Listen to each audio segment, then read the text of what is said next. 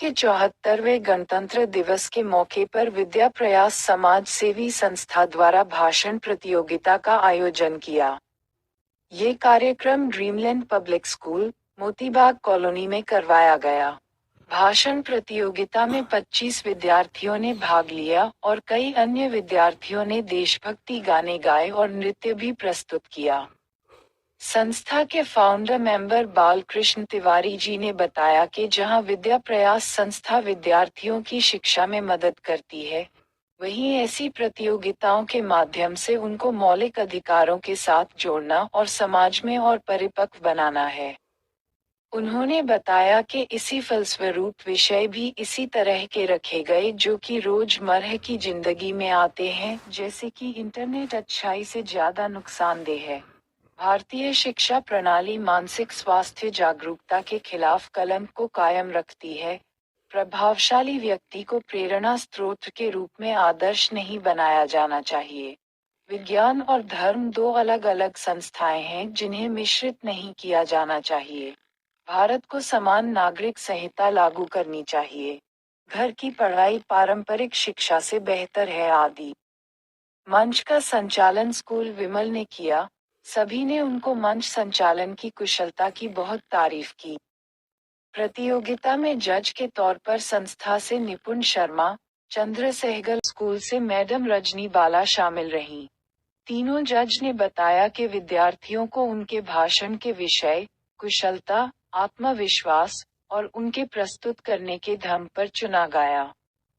पहला इनाम तीसरी कक्षा की करीना, दूसरा इनाम 9वीं कक्षा के अर्क शर्मा और तीसरा इनाम 5वीं कक्षा की ग्लोरी को मिला। अंत में स्कूल की डायरेक्टर गुरविंदर कौर ने विद्या प्रयास संस्था का धन्यवाद करते हुए कहा कि उनके स्कूल में आज का ये कार्यक्रम एक बहुत ही सराहनीय कदम है और वो आगे भी ऐसे किसी भी प्रोग्राम के लिए अग्रसर रहेंगी। प्रतियोगिता में बालकृष्ण तिवारी, ललित गोयल, गौरव गुप्ता, प्रिंस लांबा, राजन सहगल, रॉकी, दीपक गुप्ता, मुकेश चावला, हिमांशु मित्तल, विकास मित्तल, करण तिवारी, अनमोल शुक्ला, सौरभ शर्मा शामिल रहे। प्रणाम। सबसे पहले मैं यहाँ उपस्थित चीफ गेस्ट और सभी सहपाठियों का धन्यवाद करना चाहती हूँ कि उन्होंने मुझे इस मंच पर आने का अवसर प्रदान किया है। मेरा नाम सिमरन है। मैं 9वीं कक्षा की छात्र हूँ। मेरा आज का बोलने का विषय यह है कि भारत के समान नागरिक को संहिता लागू करनी चाहिए। समान नागरिक संहिता अथवा समान आचार संहिता का अर्थ एक सेक्युलर कानून होता है जो सभी पंथ के लोगों के लिए समान रूप से लागू होता है। दूसरे शब्दों में अलग अलग पंथ के लिए अलग अलग सिविल कानून न होना समान नागरिक कानून की मूल भावना है। समान नागरिक कानून से अभिप्राय कानूनों के वैसे समूह से है जो देश के सभी नागरिकों पर समान रूप से लागू होता है। यह सभी पंथ जाति के निजी कानूनों से ऊपर है। इसका समस्त रूप से विशेष यह है समस्त नागरिक और संचालन का अधिकार विवाह, तलाक और गोद लेना से है। समान नागरिक संहिता का पंथ देश की संख्या से अधिक है, जैसे अमेरिका, आयरलैंड, पाकिस्तान, बांग्लादेश, तुर्की जैसे राज्यों में यह कानून लागू किया गया है। समान नागरिक कानूनों से अभिप्राय कानून अपने निजी संस्थाओं को देकर देश के लोगों की उन्नति को संवार सके और भारत के अन्य कई देश हैं जहां पर धर्म के आधार पर निश्चित कानून बने हुए हैं, जैसे हिंदू, सिख, बौद्ध के धर्म अलग होते हैं, परंतु मुसलमानों और ईसाइयों का धर्म का अलग होता है। मुसलमानों का धर्म शरीयत पर आधारित होता है और अन्य कई भारतीय समुदायों का संविधान भारत के संसदीय संविधान पर आधारित होता है। धन्यवाद।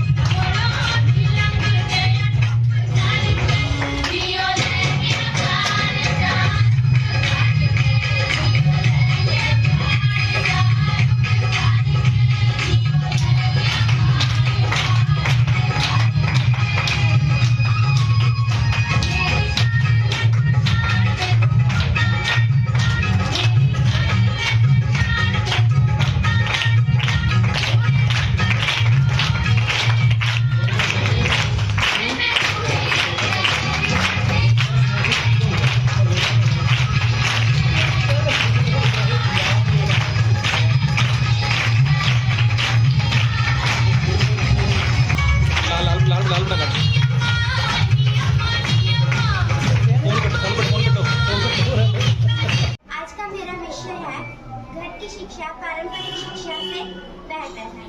मनुष्य जो कि एक सामाजिक प्राणी है, उसे अपने जीवन जीने के लिए अनेक महत्वपूर्ण तत्वों की आवश्यकता होती है, जैसे कि रोटी, कपड़ा, मकान इत्यादि।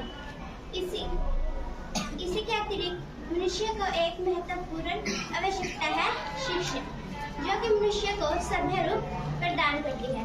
प्राचीन काल के समय में गुरुकुल में पढ़ रहे बच्चों को शिक्षित किया जाता था। उन्हें संस्कृत, परंपरा और बड़ों का सम्मान इत्यादि सिखाया जाता था।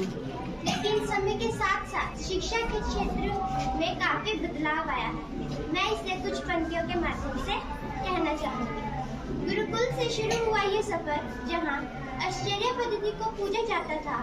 स्कूलों में आकर रुका यह सफर, जहाँ टीचरों को पूजा जाता था। प्राचीन काल के समय में पारंपरिक शिक्षा में कौशल विकास एवं इत्यादि सिखाया जाता था। लेकिन वर्तमान के समय में कोरोना नामक आई बीमारी के कारण ऑनलाइन शिक्षा शुरू हो गई। ऑनलाइन शिक्षा इस समस्या को देखते हुए पढ़ाई का अच्छा साधन बन गई है। ऑनलाइन शिक्षा से अभिप्राय शिक्षक दूर से और दुनिया के किसी भी कोने से छात्रों को शिक्षा प्रदान करते हैं। वे जिससे इसके कई नुकसान भी हैं, जैसे कि ऑनलाइन शिक्षा से कई विद्यार्थी गरीब परिवार से होते हैं, जो कि ऑनलाइन शिक्षा प्राप्त नहीं कर सकते। हर एक घर की अलग अलग परिस्थितियां होती हैं, जिसके कारण वे ऑनलाइन शिक्षा नहीं प्राप्त कर सकते। धन्यवाद। सबको जी को मेरा सादर प्रणाम और यहाँ सभी उपस्थित जजों को भी मेरा सादर प्रणाम। आज का मेरा विषय है मातृत्व की भावना महिलाओं के करियर में बंधक है।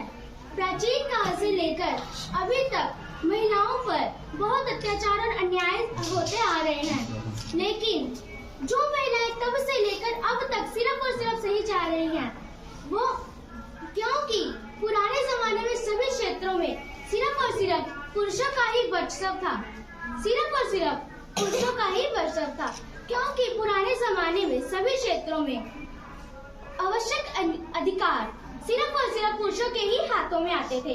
नारी एक शक्ति है, नारी को हमें कम नहीं आंकना चाहिए। नारी स्वभाव से बहुत अच्छी होती है, लेकिन जब भी उस पर अत्याचार होता है तो नारी कभी कभी इतना विकराल रूप धारण कर लेती है कि सभी लोगों को नाश करके ही छोड़ती है। नारी माँ का स्वरूप है। नारी जब कदम बढ़ाती है तो पूरा परिवार आगे बढ़ता है, गांव आगे बढ़ता है, गांव की उन्नति होती है, राष्ट्र का विकास होता है। इसीलिए जब अब के वक्त में नारी पुरुषों से कदम मिलाकर चल रही है, अब के वक्त में नारी पुरुषों से ज्यादा विकास कर रही है, अब के वक्त में नारी पुरुषों से ज्यादा विकास कर रही है। तो मेरा यह कहना है, आप सबसे मेरी यह अनुरोध है कि आप नारी को कम नहीं आके आप नारी को आगे बढ़ने दीजिए। आपका धन्यवाद। मौका दिया। मेरा नाम पूजा है, मैं 9वीं कक्षा की विद्यार्थी हूँ। मेरा आज का विषय है कि विज्ञान और धर्म एक अलग अलग संस्थाएं हैं। धर्म के बिना विज्ञान और विज्ञान के बिना धर्म अधूरा है। धर्म और विज्ञान के एक दूसरे के जुड़ने के साथ ही पूर्णता प्राप्त हो सकती है और दोनों को ही पूरक भी कहा जा सकता है। इंटरनेट के लाभ से ज्यादा नुकसान। इंटरनेट जिसने दूर बैठों को पास और पास बैठों को दूर कर दिया, इसने मानव जहन में एक अलग झील दिखाने की दुनिया का प्रतिबिंब उभार दिया है। जी हाँ, इंटरनेट ने हमारे बहुत अनेक कामों को आसान कर दिया है, वहीं बहुत सारी परेशानियों को भी जन्म दिया है। जैसे इसकी हानिकारक तरंगों से दिमाग और आंखों की समस्या का होना, गलत खबर का आसानी से फैलना, बच्चों बूढ़ों जवानों का इंटरनेट से ज्यादा लगाव। अगर हम इंटरनेट का सही उपयोग करें तो इन सभी परेशानियों को कम किया जा सकता है। धन्यवाद। मेरा नाम अंजलि, मैं कक्षा 5वीं की विद्यार्थी हूँ। जो लोग अपने ऑफिस के काम के लिए और जानकारी लेने के लिए इंटरनेट का उपयोग करते हैं उनके लिए बहुत लाभदायक है, परंतु जो लोग बिना किसी मतलब इसे अपनी आदत बना लेते हैं उनके लिए यह समय बहुत बर्बादी के अलावा और कुछ नहीं है। बारे में उसके नुकसान किए। इंटरनेट कई फायदे प्रदान करता है, लेकिन इसके द्वारा प्रदान किए जाने वाले नुकसानों की संख्या भी कम नहीं। इंटरनेट मुख्य नुकसान में से एक यह है कि भी जन्म दिया है। इंटरनेट के अधिक उपयोग से हमारे स्वास्थ्य पर बहुत प्रभाव पड़ता है, जैसे आंखों का कमजोर होना, मानसिक संतुलन, मोटापा तथा तनाव आदि जैसी अनेक समस्याएं उत्पन्न होती हैं। बच्चे अपना कीमती समय इंटरनेट पर गेम खेलकर, चैटिंग आदि करके बर्बाद करते हैं। जब कोई चीज हमारे लिए लत बन जाती है तो वह हमारे लिए बहुत नुकसानदायक हो जाती है। धन्यवाद। नाम नीलम रानी है, मैं कक्षा छठी की विद्यार्थी हूँ। आज का मेरा विषय है भारत समाज में सहायता पर लागू करनी चाहिए। नियंत्रित करना, इसके इस्तेमाल को नियंत्रित करना बहुत मुश्किल है। हमें इंटरनेट जरूरत से ज्यादा इस्तेमाल नहीं करना चाहिए। इससे ज्यादा उपयोग करने से पारिवारिक संबंध और पारिवारिक जीवन भी नष्ट हो सकता है। इसके उपयोग ने हमें एक दूसरे से अलग और अकेला कर दिया है। धन्यवाद। सब जानते हैं इंटरनेट बहुत फायदा उठाता है और उसने हमारी दुनिया को बहुत छोटा कर दिया है। मेरा आज का विषय है भारत को समान सहायता लागू करनी चाहिए। भारत में समान सहायता का अर्थ पंथनिरपेक्ष है कानून होता है। पहले कोई बुरा ही मान जावे, इस चीज ਨੂੰ ਧਿਆਨ ਕਰ ਲਓ। ਮੈਂ ਪਹਿਲੇ ਵੀ ਸਪੈਸ਼ਲੀ ਉਹਦੇ ਵਿੱਚ ਰੱਖਿਆ ਸੀਗਾ ਕਿ ਤੁਹਾਡੀ ਬੋਡੀ ਲੈਂਗੁਏਜ ਦੇ 73 ਨੰਬਰ ਮਿਲਣਗੇ। ਇੱਕ ਕੱਲੀ ਬੋਡੀ ਲੈਂਗੁਏਜ ਪੂਰੇ ਕਾਰਜਕ੍ਰਮ ਦੇ ਵਿੱਚ ਇਸ ਗੁੜੀਆ ਦੀ ਫਿੱਟ ਸੀ ਔਰ ਕਿਸ ਦੀ ਵੀ ਫਿੱਟ ਨਹੀਂ ਸੀ ਮੇਰੀ ਨਿਗਾਹ ਦੇ ਵਿੱਚ। ਬਾਕੀ ਮੈਂ ਕਿਹਨੂੰ ਪ੍ਰਾਈਜ਼ ਦੇਦਾ, ਫਸਟ ਪ੍ਰਾਈਜ਼ ਦਾ ਜਿਹੜਾ ਕੋਈ ਹੱਕਦਾਰ ਸੀਗਾ ਇਸ ਕਾਰਜਕ੍ਰਮ ਦਾ ਉਹ ਸਾਡੀ ਵਿਮਲ ਮੈਡਮ ਸੀਗੀ, ਬਾਕੀ ਸਾਰੇ ਫੇਲ ਸਾਡੇ। ਪਰ ਆਪਾਂ ਟੀਚਰ ਨੂੰ ਦੇਣਾ ਕੋਈ ਨਹੀਂ ਸੀਗਾ। ਇਹ ਫਸਟ ਪ੍ਰਾਈਜ਼ ਦੀ ਹੱਕਦਾਰ ਕੱਲੀ ਵਿਮਲ ਸੀ ਮੇਰੇ ਹਿਸਾਬ ਨਾਲ, ਜਿਸ ਹਿਸਾਬ ਨਾਲ ਲੱਗੀ ਹੋਈ ਸੀ, ਕੱਲੀ ਡਟ ਕੇ ਲੱਗੀ ਹੋਈ ਸੀ। ਇਦਾਂ ਦੇ ਬੱਚਿਆਂ ਤੋਂ ਹੌਸਲਾ ਲੈਣਾ ਜਿੱਦਾਂ ਕਿ ਤੁਹਾਡੀ ਟੀਚਰ ਹੈ, ਮੇਰੇ ਲਈ ਤਾਂ ਮੇਰੇ ਬੱਚਿਆਂ ਵਰਗੀ ਹੀ ਹੈ। ਪਰ ਐਸੇ ਹੀ ਕੰਮ ਕਰਨੇ ਚਾਹੀਦੇ ਹੈ ਔਰ ਇਸ ਕਾਰਜਕ੍ਰਮ ਤੋਂ ਤੁਹਾਨੂੰ ਸਭ ਨੂੰ ਸੀਖ ਲੈ ਕੇ ਜਾਣੀ ਚਾਹੀਦੀ ਹੈ ਕਿ ਦੁਆਰਾ ਸਾਡਾ ਇਹ ਕਾਰਜਕ੍ਰਮ ਜਦੋਂ ਹੋਵੇ ਨਾ, ਸਾਨੂੰ ਵੀ ਦਿਲੋਂ ਖੁਸ਼ੀ ਹੋਵੇ ਕਿ ਇਹਨਾਂ ਬੱਚਿਆਂ ਨੇ ਪਾਰਟਿਸਿਪੇਟ ਕੀਤਾ ਵਾ ਔਰ ਵਧੀਆ ਤਰੀਕੇ ਕੀਤਾ ਵਾ। ਕਿਸੇ ਵੀ ਬੱਚੇ ਦੀ ਅੱਖਾਂ 'ਚ ਅੱਖਾਂ ਨਹੀਂ ਪਾ ਕੇ ਗੱਲ ਕਰ ਰਹੇ ਸੀ, ਬਹੁਤ ਵੱਡੀ ਕਮੀ ਹੈ। ਅਸੀਂ ਅੱਗੇ ਨਹੀਂ ਵੱਧ ਸਕਦੇ। ਅੱਜ ਪੂਰੇ ਦੇਸ਼ ਦੇ ਵਿੱਚ ਅਸੀਂ ਕਹਿੰਦੇ ਹਾਂ ਕਿ ਸਾਡੇ ਦੇਸ਼ ਦੇ ਪ੍ਰਧਾਨ ਮੰਤਰੀ ਕਿਹੜਾ ਜ਼ਬਰਦਸਤ ਬੋਲਦੇ, ਕਿਉਂ ਹੈ? ਅੱਖਾਂ 'ਚ ਅੱਖਾਂ ਪਾ ਕੇ ਟਾਕ ਕਰਦੇ ਆ। ਲਾਲ ਬਹਾਦੁਰ ਸ਼ਾਸਤਰੀ ਨੂੰ ਕਿਉਂ ਯਾਦ ਕੀਤਾ ਜਾਂਦਾ ਵਾ? ਅੱਖਾਂ 'ਚ ਅੱਖਾਂ ਪਾ ਕੇ ਟਾਕ ਕਰਦੇ ਸੀਗੇ। ਸੁਭਾਸ਼ ਚੰਦਰ ਬੋਸ ਜੀ ਜਦੋਂ ਗਏ ਮਿਲਣ ਹਿਟਲਰ ਨੂੰ, ਹਿਟਲਰ ਨੇ ਜੋ ਗੱਲ ਕੀਤੀ ਉਹਨੇ ਅੱਖਾਂ 'ਚ ਅੱਖਾਂ ਪਾ ਕੇ ਗੱਲ ਕੀਤੀ। ਜਦੋਂ ਦੂਜੇ ਕੋਈ ਉਹਨਾਂ ਦੇ ਬਹਿਰੂਪੀਏ ਸੀ, ਉਹਨੇ ਬਣਾਏ ਹੋਏ ਸੀ, ਉਹਨਾਂ ਕੋਲ ਆਏ ਤੇ ਉਹਨੇ ਪਹਿਚਾਨने ਨੇ, ਕਹਿੰਦਾ ਯਾਰ ਤੂੰ ਨਹੀਂ ਹਿਟਲਰ ਹੈਗਾ, ਕਿਸੇ ਨਾਲ ਗੱਲ ਨਹੀਂ ਕੀਤੀ। ਜਦੋਂ ਹਿਟਲਰ ਆਇਆ ਕਹਿੰਦਾ ਹਾਂ ਬਤਾ, ਕਹਿੰਦਾ ਹਾਂ ਤੂੰ ਹਿਟਲਰ ਹੈ। ਕਿਉਂ? ਕਿ ਦੋਨਾਂ ਦੇ ਅੱਖਾਂ 'ਚ ਅੱਖਾਂ ਪਾ ਕੇ ਗੱਲ ਕਰਦਾ। ਜਦੋਂ ਦੂਸਰਾ ਅਗਰ ਬਹਿਰੂਪੀਆ ਹੋਊਗਾ ਨਾ, ਅੱਖਾਂ 'ਚ ਅੱਖਾਂ ਪਾ ਕੇ ਗੱਲ ਨਹੀਂ ਕਰ ਪਾਏਗਾ। ਇਹ ਜੀਵਨ ਦੇ ਵਿੱਚ ਯਾਦ ਰੱਖਣਾ ਚਾਹੀਦਾ ਹੈ। ਜੋ ਅਸੀਂ ਕਾਮਯਾਬ ਹੋਣਾ ਚਾਹੁੰਦੇ ਹਾਂ ਕਿਸੇ ਵੀ ਫੀਲਡ ਦੇ ਵਿੱਚ, ਇਹ ਨਹੀਂ ਕਿ ਭਾਸ਼ਣ ਪ੍ਰਤੀਯੋਗਤਾ ਦੇ ਵਿੱਚ, ਕਿਸੇ ਵੀ ਮਾਮਲੇ ਦੇ ਵਿੱਚ ਆਪਾਂ ਨੂੰ ਅੱਖਾਂ 'ਚ ਅੱਖਾਂ ਪਾ ਕੇ ਗੱਲ ਕਰਨੀ ਪਏਗੀ ਔਰ ਆਪਣੀ ਗੱਲ ਰੱਖਣ ਦਾ ਤਰੀਕਾ ਹੋਣਾ ਚਾਹੀਦਾ ਹੈ। ਇਹ ਭਾਸ਼ਣ ਪ੍ਰਤੀਯੋਗਤਾ ਸਿਰਫ ਇਸੀ ਕਰਕੇ ਰੱਖੀ ਗਈ ਸੀਗੀ ਕਿ ਤੁਸੀਂ ਆਪਣਾ ਟੈਲੈਂਟ ਨੂੰ ਪਹਿਚਾਨੋ। ਜੋ ਆਪਾਂ ਟੈਲੈਂਟ ਨਹੀਂ ਪਹਿਚਾਨਾਂਗੇ ਨਾ, ਅਸੀਂ ਫੇਲ ਹੈ। ਆਉਣ ਵਾਲਾ ਭਵਿੱਖ ਕਿੱਦਾਂ ਸਾਡਾ ਉਜਵਲ ਹੋਏਗਾ?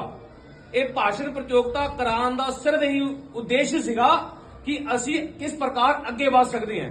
ਆਪਣੇ ਆਪ ਨੂੰ ਅਸੀਂ ਭੁੱਲੇ ਬੈਠੇ ਹਾਂ। ਸਾਡੇ 'ਚ ਕਮੀ ਨਹੀਂ ਹੈ।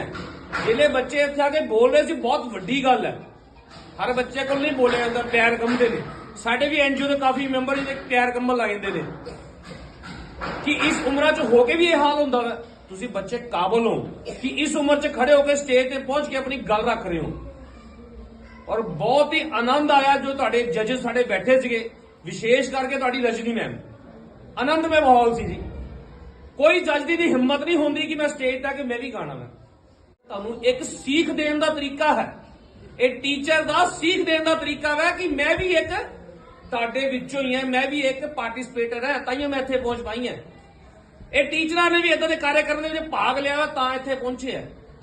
ਇਹ ਵਿਮਲ ਨੂੰ ਦੇਖ ਲਓ ਕਿੱਦਾਂ ਉੱਡੀ ਫਿਰਦੀ ਸੀ ਇਕੱਲੀ, ਬਾਕੀ ਸਭ ਨੇ ਮਾਈਕ ਫੋੜ ਕੇ ਗੱਲ ਕੀਤੀ, ਉਹਨੇ ਛੱਡ ਕੇ ਮਾਈਕ ਲੋੜ ਹੀ ਹੈ ਨਹੀਂ। ਮੇਰਾ ਵੋਲਿਊਮ ਵੈਸੇ ਹੀ ਬਹੁਤ ਤੇਜ਼ ਹੈ। ਮੈਂ ਤਾਂ ਆਪਣੇ ਗੁਆਂਢੀ ਨੂੰ ਕਹਿ ਰਿਹਾ ਸੀ ਯਾਰ, ਮੈਂ ਕਿਹਾ ਮੇਰੇ ਵਰਗੀ ਇਹ ਵੀ ਨਹੀਂ ਚੁੱਪ ਕਰਦੀ, ਲੱਗੀ ਹੋਈ ਹੈ ਲਗਾਤਾਰ। ਇਹ ਵੱਡੀ ਗੱਲ ਹੈ, ਇੱਥੇ ਆਪਾਂ ਨੂੰ ਕੰਮ ਕਰਨ ਦੀ ਜ਼ਰੂਰਤ ਹੈ। ਆਪਣੇ ਜੀਵਨ ਦੇ ਵਿੱਚ ਕਾਮਯਾਬ ਹੋਣਾ ਵਾ ਨਾ, ਇੱਥੇ ਆਪਾਂ ਨੂੰ ਕੰਮ ਕਰਨਾ ਪਏਗਾ।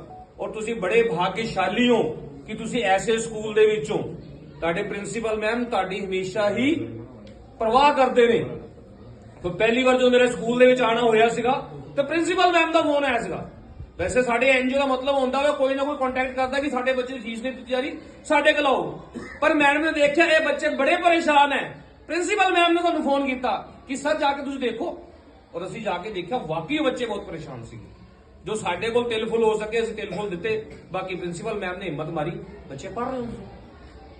ਆਪਣੇ ਜੀਵਨ ਦੇ ਵਿੱਚ ਐਸੇ ਕਾਰਜ ਕਰੋ, ਪ੍ਰਿੰਸੀਪਲ ਮੈਮ ਨੂੰ ਤੁਹਾਡੇ ਤੇ ਗਰਵ ਹੋਵੇ। ਕੰਮ ਤਾਂ ਫੀਲਡਾਂ ਬਹੁਤ ਨੇ ਕੰਮ ਕਰ ਲਈਏ, ਐਸਾ ਨਹੀਂ ਪੈਸਾ ਕਮਾਉਣ ਕਰ ਲਈ, ਹੋਰ ਕੋਈ ਫੀਲਡ ਹੀ ਬਹੁਤ ਫੀਲਡਸ ਨੇ, ਪਰ ਸਕੂਲ ਦੇ ਨਾਲ ਵਿਅਕਤੀ ਨਿਰਮਾਣ ਹੁੰਦਾ ਹੈ। ਵਿਅਕਤੀ ਨਿਰਮਾਣ ਕਰਨਾ ਵਿਦਿਆ ਪ੍ਰयास ਦਾ ਸਭ ਤੋਂ ਵੱਡਾ ਲਕਸ਼ ਹੈ ਕਿ ਐਸਾ ਵਿਅਕਤੀ ਖੜਾ ਕਰ